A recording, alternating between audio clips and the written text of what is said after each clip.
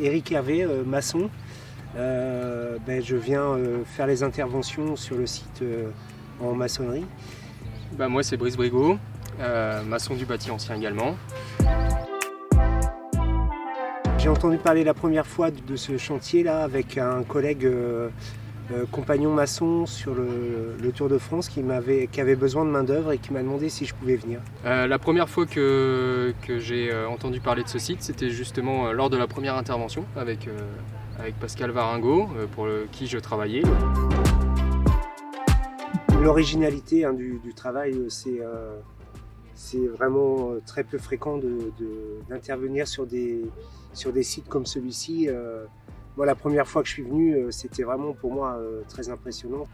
L'antique, je ne connaissais pas du tout. Ça m'était un peu vraiment étranger, donc ça m'a vraiment beaucoup touché. Moi, ce que j'aime bien sur ce site, c'est justement la panoplie, la grande différence qu'il y a dans les maçonneries. Et c'est un millefeuille architectural c'est une encyclopédie, c'est un site, une encyclopédie. Moi, c'est la découverte du monde gallo-romain, parce que j'ignorais tout, particulièrement quand je suis arrivé sur les thermes. Je crois que c'est ma première intervention, ça a été sur les murs en consolidation. Et les autres fois, je suis venu sur les thermes et là, j'étais vraiment ébahi de leur génie, quoi. Ça a été tout un univers qui s'est ouvert, c'était vraiment passionnant, quoi. Ce qui m'a le plus impressionné, c'est justement la discussion qu'il y a pu y avoir avec les différentes conservatrices qui se sont succédées, mais aussi les archéologues. Et ce discours en triangle avec nous, où en fait on nous laissait quand même un peu intervenir, en tout cas donner parfois notre avis, c'était extrêmement gratifiant entre guillemets et extrêmement agréable.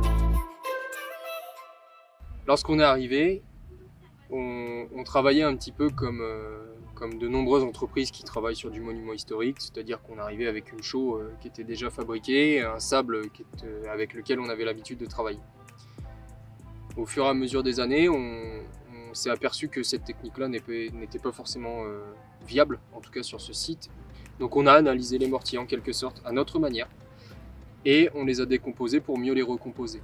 Et ça nous a amené à travailler avec des apports de briques, de poudre de briques, de briques pilées pour restituer notamment des sols. Ça, c'était des techniques qu'on ne développe plus aujourd'hui.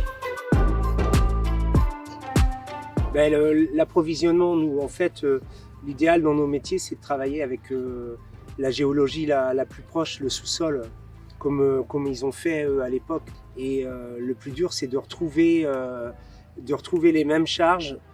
Il faut de la recherche en amont pour vraiment être au plus proche. C'est quelque chose de très... Il faut être vraiment précis. Il ne faut pas non plus défigurer le site archéologique. Il ne faut pas non plus le laisser tomber en ruine. Et c'est difficile en fait de trouver la solution exacte. Mais bon, on a une chanson chez les compagnons qui dit « tant mieux si c'est difficile ». Donc c'est très bien comme ça. Très agréable, nous on fait des échanges lors des apéro-fouilles notamment.